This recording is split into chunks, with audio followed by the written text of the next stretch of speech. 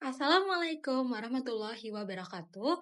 Selamat pagi teman-teman semua. Perkenalkan, nama saya Jihan Nabila dengan NIM 24102111270. Saya dari kelas E semester 3. Video ini saya buat sebagai pemenuhan ujian akhir semester untuk mata kuliah Hukum Pemerintahan Daerah.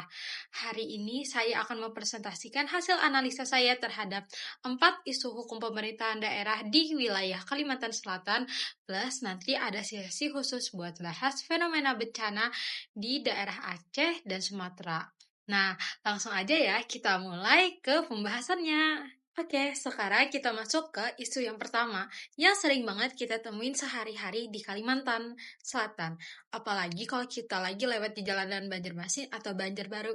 Ya, apalagi kalau bukan soal juru parkir liar dan fenomena Pak Ogah. Nah, kenapa sih masalah ini kayak nggak ada habisnya ya? Padahal sudah sering ditertibkan. Nah, kalau saya analisis secara mendalam, ini sebenarnya bentuk dari survival ekonomi. Jadi, karena lapangan kerja formal susah, masyarakat kelas bawah akhirnya memilih sektor ini buat bertahan hidup. Tapi, kalau kita lihat-lihat dari sisi hukum Pemda, ini sebenarnya sinyal kalau tata kelola transportasi dan tata ruang kita itu lagi nggak beres nih. Nah, ternyata ada 3 alasan utama kenapa fenomena ini masih banget. Nah, yang pertama soal budaya hukum atau legal culture kita. Jujur aja kita sebagai masyarakat sering ngerasa nggak enak atau kasihan kalau nggak ngasih uang kan. Nah, budaya belas kasihan ini yang secara nggak sadar bikin praktik pungutan liar ini tetap eksis. Jadi di sini hukum seringkali kalah sama norma sosial kita yang terlalu permisif. Lalu yang kedua, soal aturan versus kenyataan.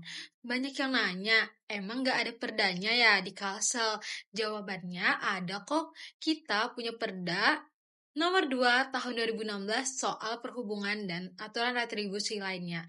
Tapi masalahnya penegakan hukumnya itu nggak konsisten. Jadi biasanya juga penertiban cuman kencang pas lagi razia aja. Habis itu ya balik lagi ya Pak Ogah dan sebagainya. Lalu yang ketiga, soal fasilitas. Kalau merujuk ke teori Surjana Sukanto, penegakan hukum itu butuh sarana yang mendukung. Di daerah kita kan ada sistem parkir digital atau e-parking, itu juga belum merata di semua titik. Akhirnya apa? Munculnya celah buat bocornya pendapatan asli daerah karena uangnya masuk ke kantong pribadi bukan ke kas daerah. Nah, terus gimana nih solusinya? Menurut saya, pemerintah daerah nggak bisa cuma pakai cara keras atau main tangkap aja. Harus ada strategi pemberdayaan. Daripada dilarang-larang terus tapi tetap muncul, mending para jukir ini data dibina, terus diajak kerjasama masuk ke sistem resmi daerah dengan bagi hasil yang jelas. Dengan begitu, jalanan jadi lebih tertib, Pak Ogah nggak bikin macet lagi, dan uangnya bisa jadi PAD yang sah buat bangunan daerah kita. Nah, sekarang kita geser ke isu yang kedua, yaitu soal celah hukum atau adanya kekosongan dan kekaburan hukum yang belum diatur oleh Perda di Kalimantan saat ini. Lalu, yang saya temukan di Kalimantan Selatan ada 3 kasus ya di sini. Nah, kasus pertama itu soal rumah hunting. Teman-teman pasti tahu kan rumah terapung khas Banjar ini. Secara budaya ini tuh ikon banget buat Kalimantan Selatan, tapi secara hukum, nah di sini masalahnya statusnya tuh masih abu-abu. Kenapa? Karena aturan bangunan gedung kita atau yang sekarang disebut Persetujuan Bangunan Gedung PBG itu kiblatnya ke bangunan yang ada di daratan. Aturannya biasanya cuma ngatur bangunan di atas tanah. Jadi ketika ada rumah di atas air, muncul pertanyaan, ini legal nggak sih? Izinnya gimana? Karena aturan yang nggak jelas atau kabur, warga yang tinggal di rumah lanting jadi nggak punya kepastian hukum atas tempat tinggal mereka. Sayang banget kan, warisan budaya, tapi payung hukumnya malah belum siap. Nah, terus lanjut ke kasus kedua, ini soal lubang bekas tambang yang dijadiin tempat wisata. Contohnya seperti ini, kayak Danau Seran di Banjarbaru. Secara kasat mata emang bagus sih buat foto-foto, tapi dari kacamata hukum ini ada kekosongan hukum. Maksudnya gimana? Sampai sekarang kita belum punya perda spesifik yang ngatur gimana sih SOP keselamatan buat pengunjung di situ. Terus gimana proses pengalihan status lahannya dari yang tadinya wilayah izin usaha pertambangan jadi tempat wisata resmi.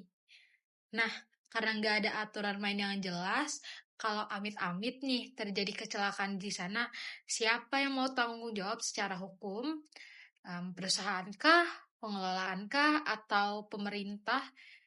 Di sini pemerintah harusnya lebih gercep buat bikin aturan standarisasinya.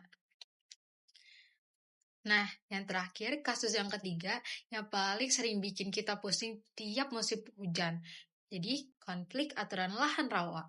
Kita tahu Kalimantan Selatan itu tanahnya rawa, tapi di lapangan ada benturan antara kebutuhan ekonomi sama fungsi lingkungan rawa sebagai resapan banjir. Nah, masalah hukumnya ada di mana? Perda kita itu belum tegas mewajibkan konstruksi ramah rawa, kayak rumah panggung. Misalnya, akhirnya pengembang lebih milih cara gampang, yaitu diuruk atau ditimbun tanah secara masif. Karena perdanya nggak ngatur syarat teknis yang ketat. Pengurukan jalan terus, rawa hilang, dan akhirnya apa? Ya banjir tahunan yang gak kelar-kelar. Ini bukti kalau regulasi kita belum sinkron dalam kondisi alam daerah kita sendiri. Jadi dari 3 kasus tadi, kita bisa lihat kalau hukum itu harusnya dinamis, jangan sampai kondisi di lapangan sudah berubah jauh, tapi aturan kita masih jalan di tempat. Sekarang kita masuk ke isu yang ketiga, yaitu soal penarikan kewenangan pengelolaan minerba ke pusat lewat Undang-Undang Nomor 3 Tahun 2020.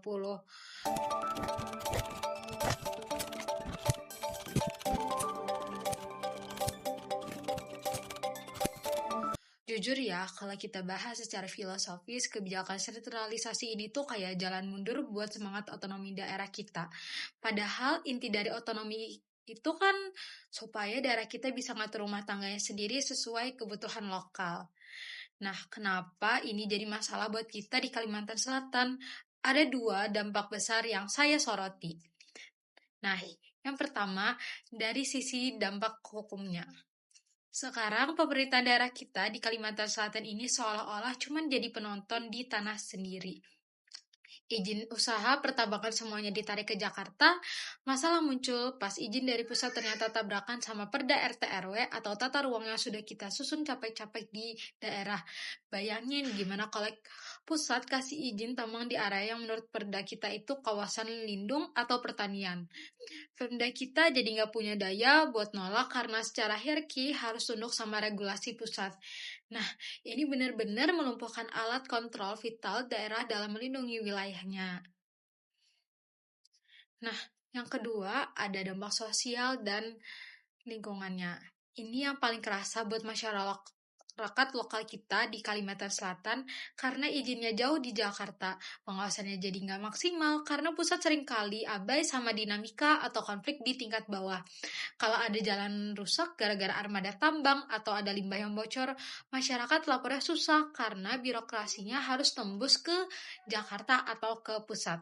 Ujung-ujungnya Pemda Kalimantan Selatan juga yang harus keluar duit APBD buat benerin infrastruktur jalan umum yang rusak, padahal kan keuntungan terbesarnya lari ke pusat. Jadi undang-undang ini benar-benar bikin daerah penghasil kayak kita cuma nanggung beban kerusakan lingkungan, tapi kehilangan power atau kewenangan buat melakukan penindakan langsung. Sedih banget kan? Ini adalah bukti kalau kepentingan ekonomi jangka pendek kadang suka ngalahin perlindungan lingkungan yang seharusnya dijamin oleh peraturan daerah kita sendiri. Nah, yang terakhir kita masuk ke isu yang keempat. Jadi ini isu yang sempat bikin heboh berita nasional, yaitu soal tudingan dana Pemda yang mengendap di bank.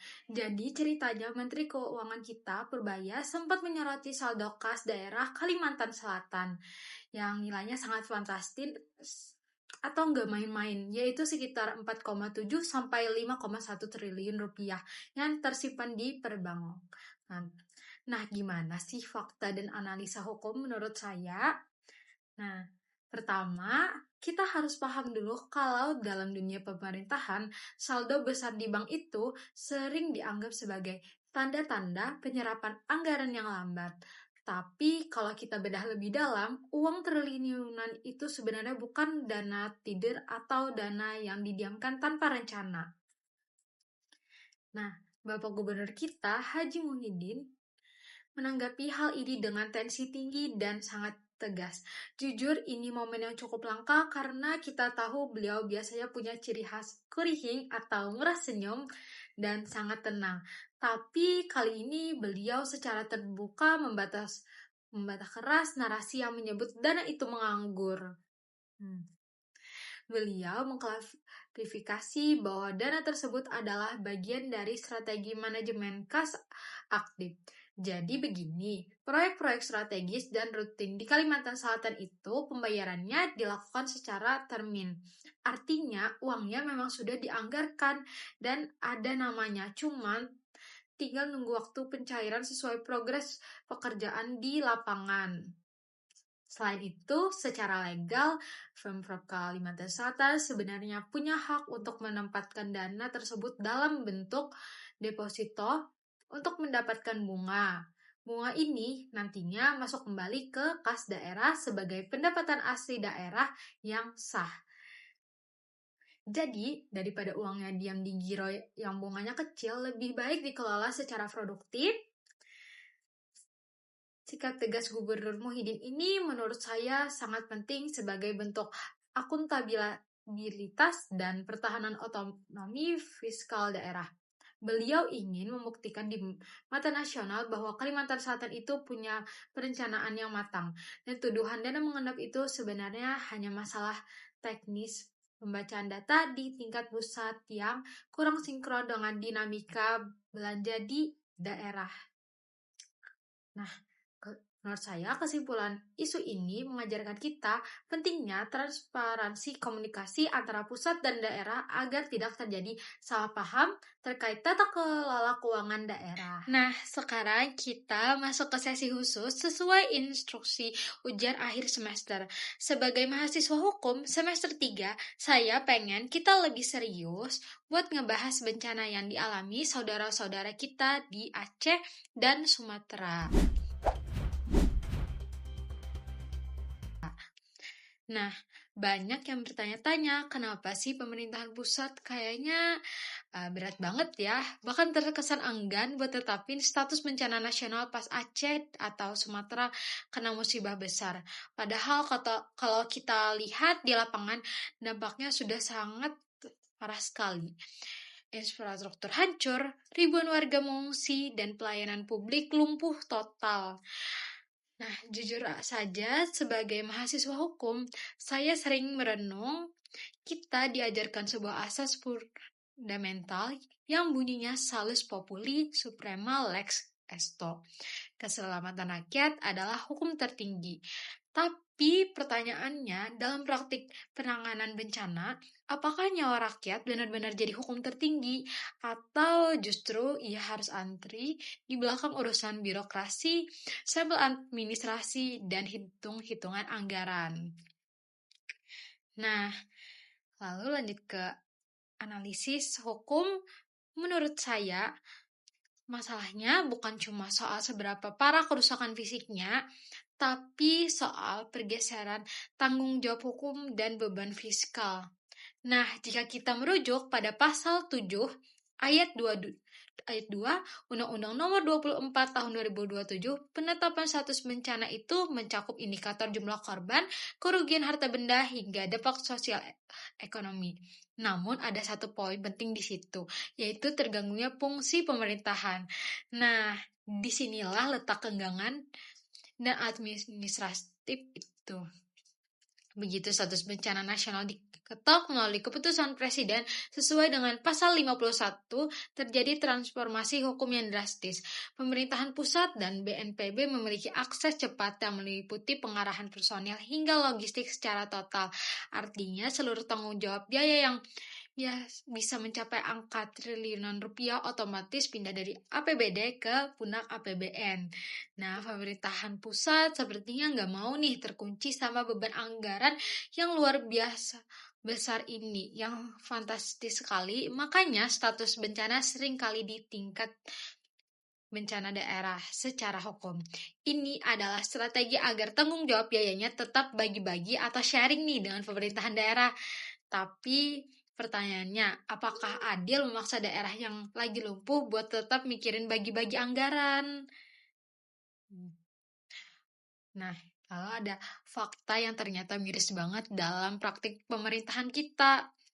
Teman-teman, tahu nggak, pernah ada momen di mana seorang bupati sampai nekat tanda tangan surat pernyataan kalau dia sudah tidak sanggup lagi nanganin bencana di daerahnya.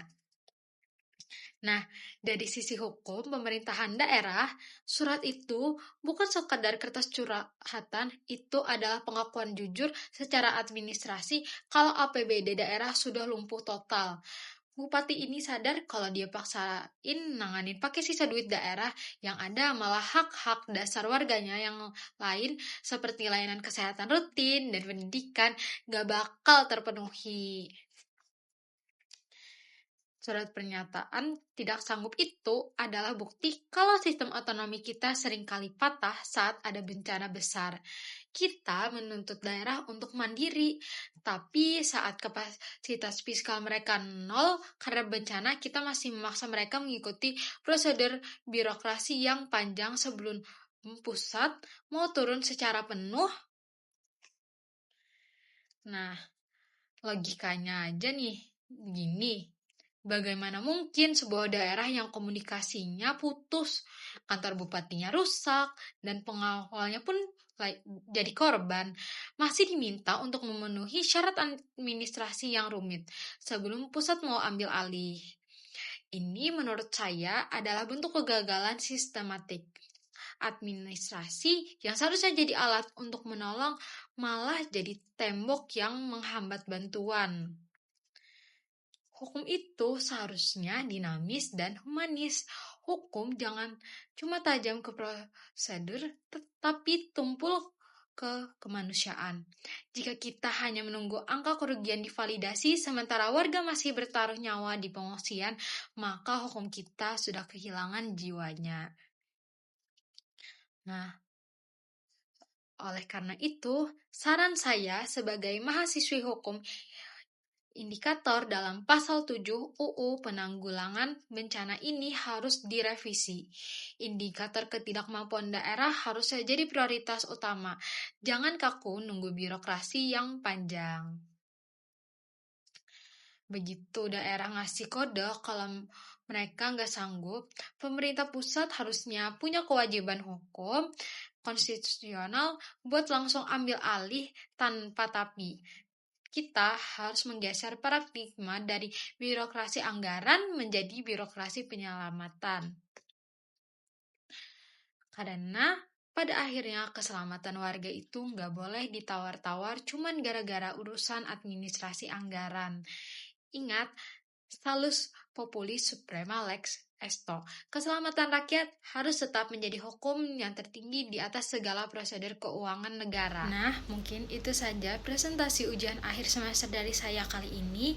Semoga analisa ini bisa jadi bahan renungan buat kita semua sebagai calon yuris di masa depan.